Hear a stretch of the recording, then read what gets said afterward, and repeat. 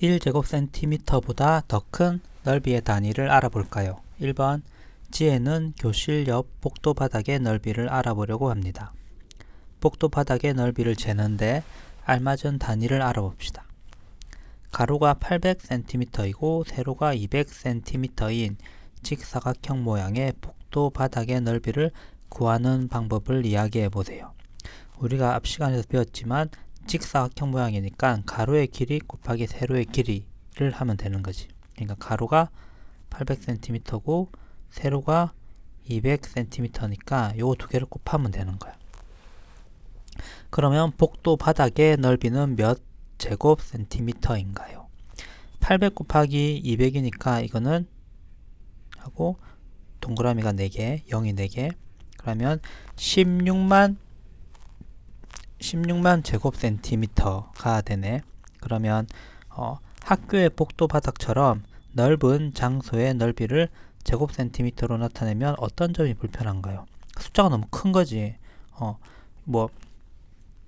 16제곱센티미터 혹은 160제곱센티미터 꼭 이 정해진 건 아니지만 얼마나 큰 수면 불편하냐 정해진 건 아니지만 이렇게 0이 많은 16만 제곱센티미터 이거는 그냥 우리가 경험상 혹은 직관적으로 정서적으로 좀 너무 큰 수니까 좀 불편한 거지. 그럼 1cm보다 큰 길이의 단위는 1m인데 우리가 배운 것 중에 1cm보다 큰 길이의 단위는 1m인데 1제곱센티미터보다 큰 넓이의 단위는 무엇일까요? 그렇지.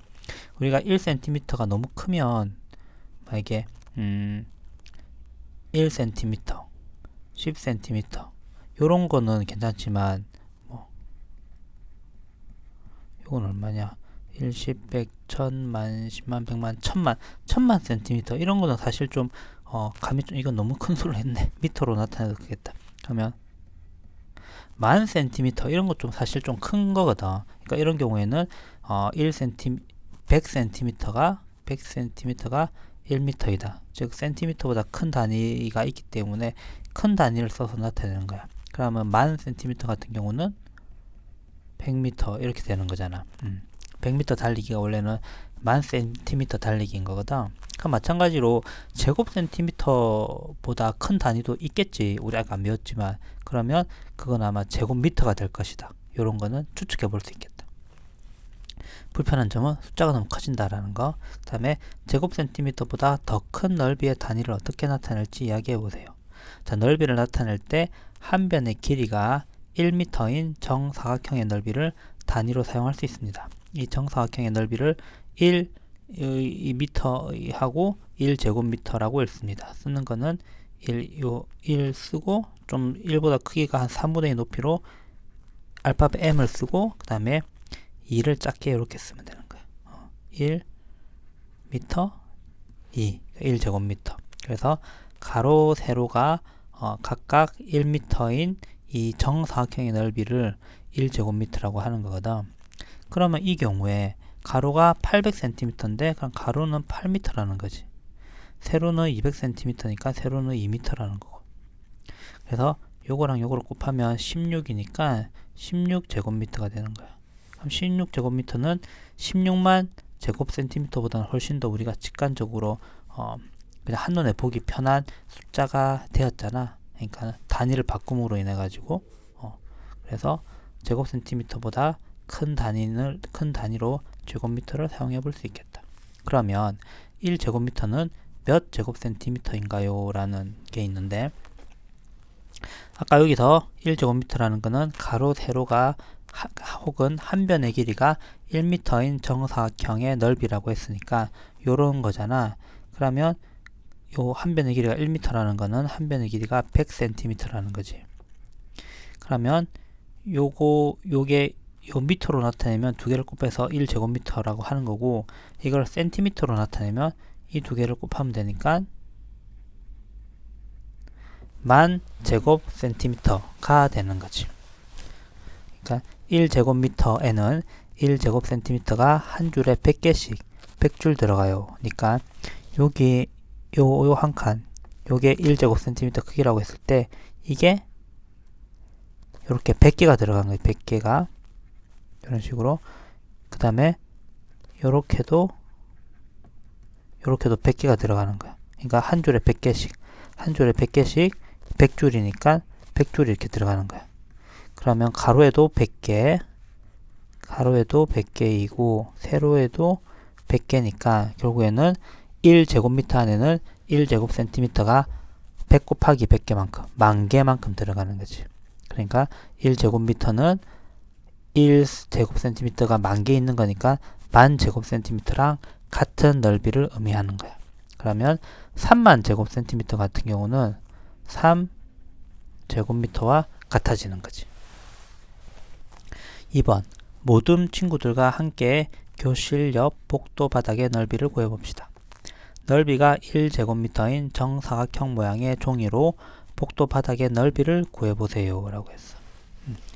여기가 1m이고 이거 1m인데 이런 어떤 정사각형 모양의 종이를 꽤 크긴 하겠지. 꽤 크긴 하지만 종이가 있으면 너네 학교 교실 옆 복도 바닥에 요거를 이렇게 하나 놓고 또 한 장 놓고 한 장 놓고 또 한 장 넣으면 뭐 정확하진 않겠지. 왜냐하면 이 1제곱미터의 규격으로 이 복도를 만든 건 아닐 테니까.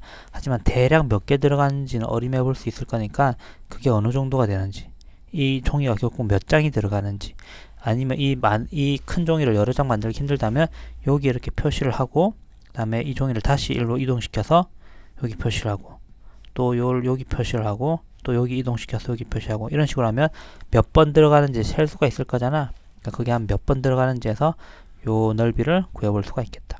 그리고 줄자를 사용하여 복도 바닥의 넓이를 구해보세요. 이 줄자를 사용하면 이 줄자는 한 칸이 제일 작은 단위는 밀리미터지만 이 숫자가 적혀 있는 거는 센티미터 단위거든. 그럼 예를 들어 가지고 복도가 가로는 4m이고 가로 4m 너무 짧다. 가로는 10m이고 가로는 10m이고 세로는 2m였다. 그러면 20제곱미터가 되겠지. 그러니까 혹은 10m는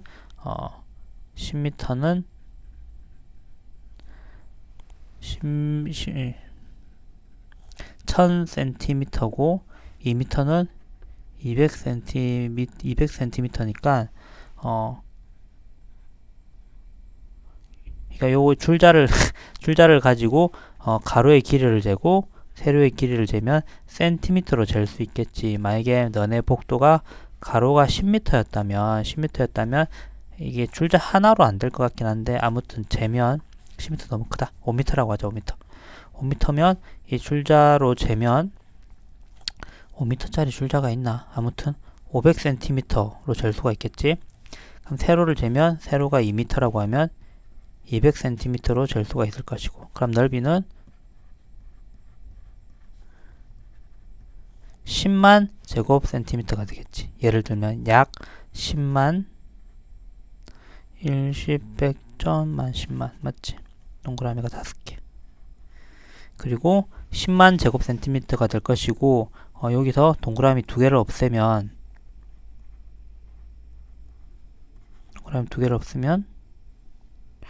너무 커졌는데? 동그라미 2개가 아니지. 4개를 없애야 되지. 만 제곱센티미터가 1제곱미터니까 동그라미 4개를 없애면 10제곱미터. 이런 식으로 구할 수가 있다. 두 가지 방법으로 넓이를 구하면서 알게 된 점을 이야기해 보세요. 센티미터 단위, 그러니까 제곱센티미터로 넓이를 하면 조금 더 정교하게 잴 수가 있다. 예를 들어 가지고 이거는 약 10제곱미터지만 이거를 요게 가로가 500cm고 세로가 200cm, 즉 가로가 5m, 세로가 2m라고 했지만 정확하게는 예를 들어서 뭐 가로는 495cm였다. 세로는